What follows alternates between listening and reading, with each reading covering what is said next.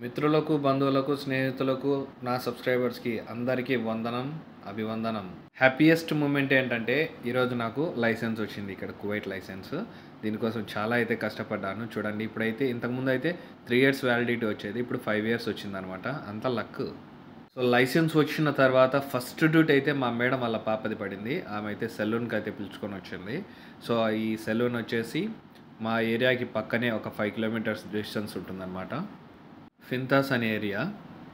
ఇక మీదటి నుంచి అయితే ఇంకా డ్యూటీలు స్కూల్ డ్యూటీలు కావచ్చు, జమియా డ్యూటీలు కావచ్చు, ఏదన్నా సామాన్లు తీసుకొని రావాలనేవి ఇక మీదట అన్ని డ్యూటీలే పడతా ఉంటాయి మనకైతే. ఇంకా బయట వీడియోలు కూడా తీయడానికి ట్రై చేస్తాను.